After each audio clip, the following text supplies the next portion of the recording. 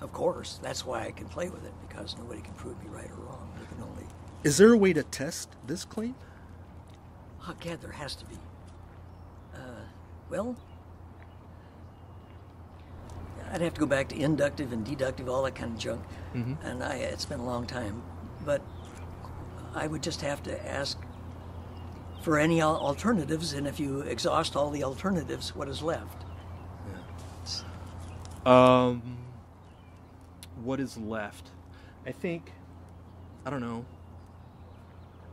I don't know. Could be one of the things that's left for me sometimes, I guess. I don't know. Yeah. I have that thought a lot. Yeah.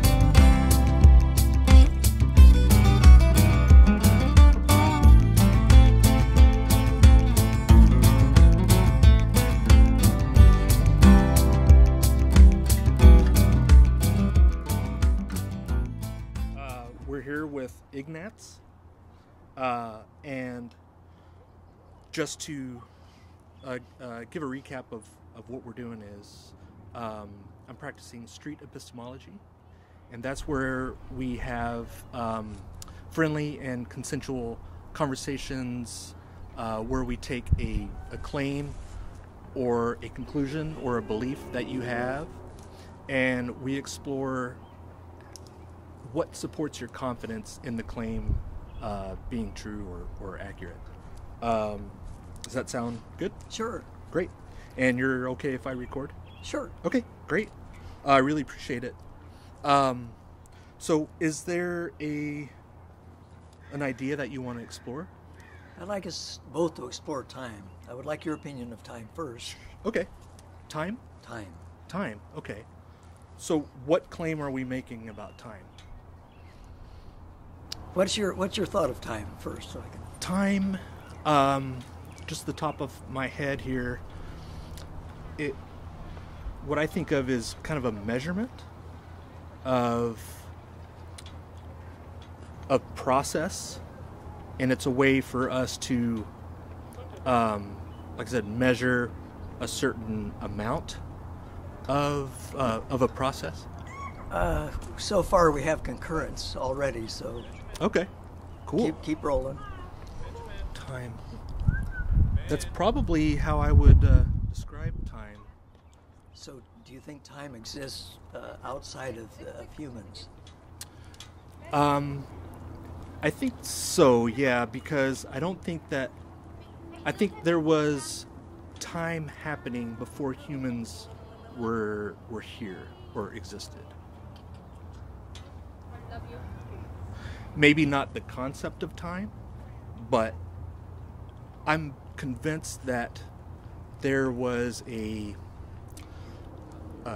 area of existence that we can measure before we existed. That we could measure. But do you think that time is an invention of humans?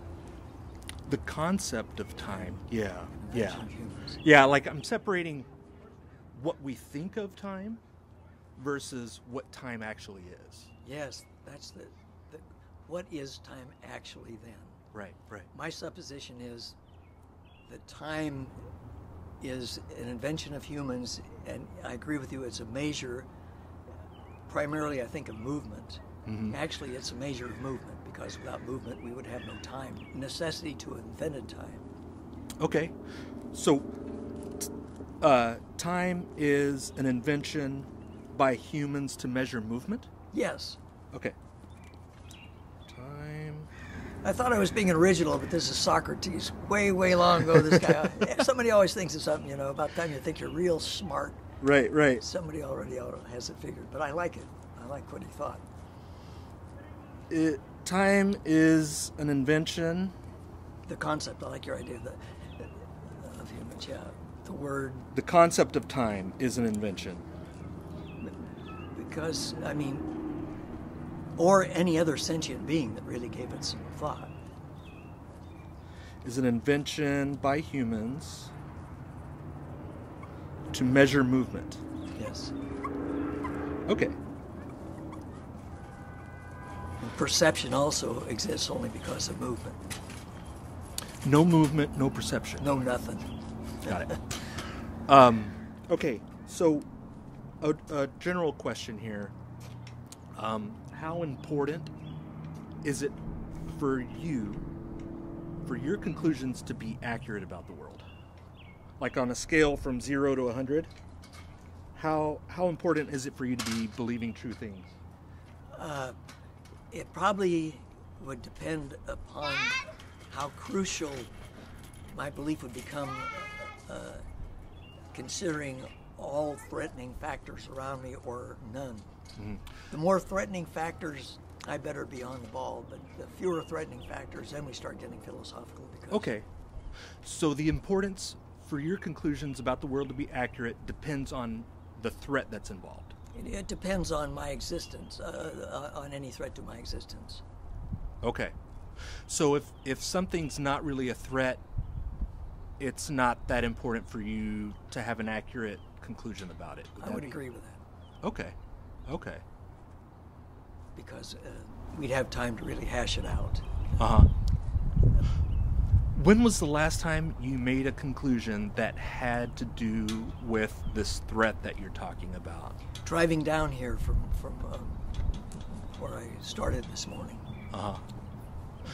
It exists constantly, pretty much, behind the wheel. Okay. So as long as you're driving, you've got important decisions to make that need to be correct. Otherwise, the threat of existence is there. Oh, yes. Okay. So if we had a pie chart, what percentage of time of your life would be filled up by that pie chart of being threatened and therefore needing to have accurate conclusions about the world? Yeah, that might vary pretty... that would take more than just quick surmise. Okay. All right. On a scale from 0 to 100, where 100 is there's no possibility of being wrong, you have no questions. 0 is you have only questions, no confidence at all. How confident are you that the claim of the concept of time is an invention by humans to measure movement? I'm probably 100%. 100. As long as we don't discover any more sentient beings, because if we did, then I'm thinking that this is something that would probably be universal with a thinking species. Okay. So there's no way you could be wrong about this claim? The word itself, I don't think so, unless, of course, there's another being that can conceive of measuring movement and a need to measure things so that they could compare one thing with another, and you need time to make all these comparisons, to make the measurements and then be mathematical and all this stuff I have no clue of. Okay. So it sounds like there are criteria that could cause you to lower your confidence about this, and you were talking about other beings, other sentient beings that we would discover? Well, then, yeah, because I would think that they would arrive at a similar conclusion, and therefore it would not be an invention of humans. Okay, got it. It would therefore be beyond humans. Beyond a human concept. It would be humans would have perceived it along with other species that need to have some kind of a measurement of movement. Got it. Okay. In all of its forms, as George W. would say. No, that was George original. Okay. Bush.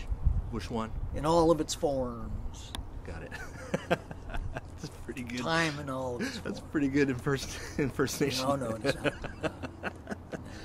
not. How much does this claim affect your behavior? Only in times when I have plenty of fewer threats to go into those kinds of thoughts. Okay. And then it's fun to think about. Yeah. Does it change your behavior at all? In other words, let's say, hypothetically, somehow that we found out that this was not true. And I'm not saying that it's not true. I'm just throwing out a hypothetical here. Let's say we found out somehow that this was not true.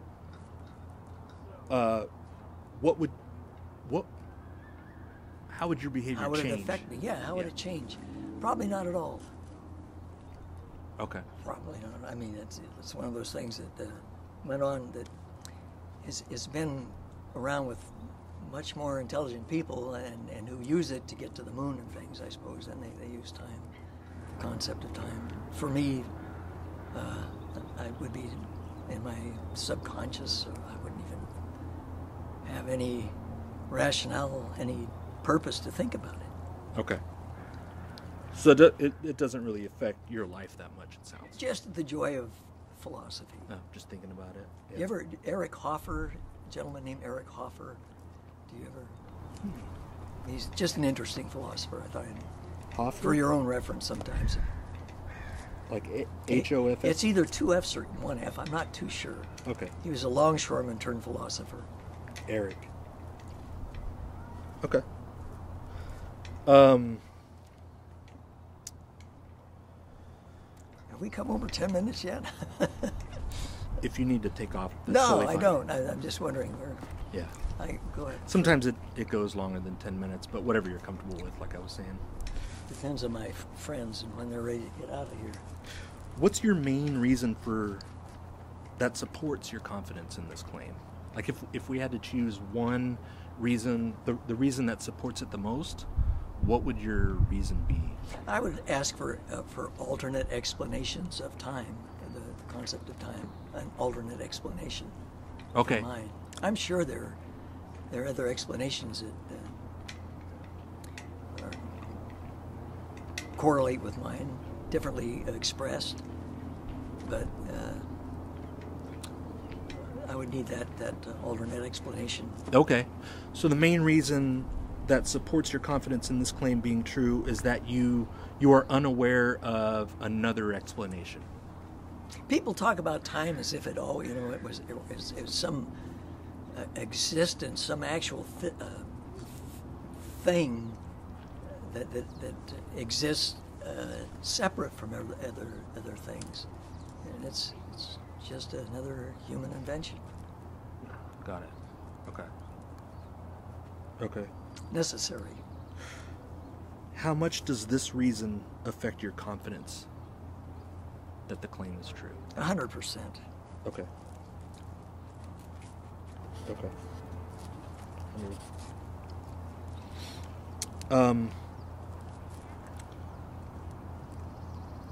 Is on this scale, what do you think the sufficiency of this reason, the unaware of another explanation, is to arrive at conclusions? Like, could somebody use I am aware of another explanation to arrive at a false conclusion? Possibly. I hear the use of time in a rather like me in another type of layperson term. And I don't think the person has really studied time, the word time, invention. Got it. I'd be 100% convinced, in my opinion. Okay. So that's a really good reason to use. Yeah, I don't have too many 100%. Okay. We've got. I went into my shed the other day, and I found a bunch of insulation all over the ground, and there were holes in the insulation in the ceiling. And we've had some bats that have been sleeping in between the shingles on the outside. And so I assumed that bats made the holes in the ceiling, trying to get in and out. If I said I'm 100% confident that it was bats, and I used the reason because I'm unaware of another explanation, would that be a good reason to use for that claim? No. Too many alternates. Obvious. First of all, do you have a hole between your shingles and your ceiling? I would hope not. Not that I'm aware of. Probably have an underlayment of some kind. Shingles usually are placed on other structures, and gad, you wouldn't want that. Well, we found out it was a squirrel. And he came in from outside or inside? From outside? That, or went in while the door was open. So that's what I'm asking about. Like, just because we're not aware of another explanation, is that a good reason to be 100% confident that something's true? I wouldn't think so, but I am in this particular instance. Okay. I had the thought, what kind of insulation do you have? It's the panel kind. Not fiberglass, or is it? No. You see bats and squirrels getting into fiberglass and then spreading it around. Yeah. No, this shed was built like 3 years ago. Oh. And it's got that kind of panel square insulation. It serves both as a soundproofing and insulation. Right. Yeah. Good. Cool. Okay. You said you had some questions for me? No, I was just going to ask you what you thought of time, and then I could bounce off you what my thought was and see what you thought. Cool. Did I answer your question satisfactorily? Yeah, you did. I mean, you're on the right track as far as my opinion. You probably have as good a concept as I do, I would suspect. It's kind of a weird thing to think about because we can't really, like, it's hard to test. Of course. That's why I can play with it, because nobody can prove me right or wrong. We can only... Is there a way to test this claim? Oh, Gad, there has to be. Well, I'd have to go back to inductive and deductive, all that kind of junk. Mm-hmm. And it's been a long time. But I would just have to ask for any alternatives, and if you exhaust all the alternatives, what is left? Yeah. What is left? I don't know. I don't know. Could be one of the things that's left for me sometimes, I guess. I don't know. Yeah. I have that thought a lot. Yeah. Okay. So we can't think of a way to test this claim right now. We're using a reason that we could be. if I had more. If I weren't such an ADD type person and could really there should be some way to well, it's one of those just goes without saying things that I have a problem with. How else can you alternate ways of measuring movement. Uh-huh. You got a yardstick, you got all these but what it always has to play in all these other ways to measure the movement, you have to have some kind of it's not just there. Even with the speed of light, there's always some kind of a movement. So I don't know. I can't see a way to define time without using movement. Mm-hmm. You have these physical things, but you include them with time, I would think. That's an off-the-top type of thing. Yeah. It's kind of getting close to the idea of space-time, I think, maybe. Oh, like you're getting into something, calculus kind of stuff. I gave up and went back to the farm. That's cool. Are you still good on time? I may not time. That's good. That's good. Do I have it depends on where they've moved. The movement, yeah, got it. Well, real quick, just to kind of, I want to make sure that I understand. We can't think of a way to test this, at least right now. We're using a reason that can be used to arrive at false conclusions, and you're 100% confident without a possibility of being mistaken about this. Is that all? I'm thinking I'm 100% confident that time is a measure of movement. Okay. If something just sits and then you count from 1 to 10 and it's still in the exact same spot, something else has moved. I mean, it's just that, okay, it's there, it hasn't moved, but the universe has moved some way or something around it. Some other point of focus, some other point of reference has moved. Uh-huh. Otherwise, you couldn't measure how long that's been sitting there, could you? Tick-tock, tick-tock, tick-tock. Something's moving. You get this reference, then you can say how long it sat there. But if you aren't sitting there either, I mean, if you aren't moving, if nothing's moving, and you have no other reference to base movement of movement or not movement, well, not that. I'm getting over my head here. Then how could you measure how long it sat there? What do you think? It seems like everything's always moving all the time, though. Like, oh yeah, I can't think of anything that's not moving. Because that's part of. I mean, there would be nothing if there were no movement. There would be no ability to perceive anything. Because perception is based on I don't care how it's in. I guess people that really want to fantasize about space travel always think, if we can move as fast as I can turn and look and see that sign, if I'm there at the sign that fast. But even then, I guess speed of light, there's always some kind of movement, and dark matter, quarks, everything is moving. I agree with you. Always movement, or else there would be no movement, that we'd have no perception of anything. We would cease to exist. Yeah. Kind of like the miracle of water, isn't it?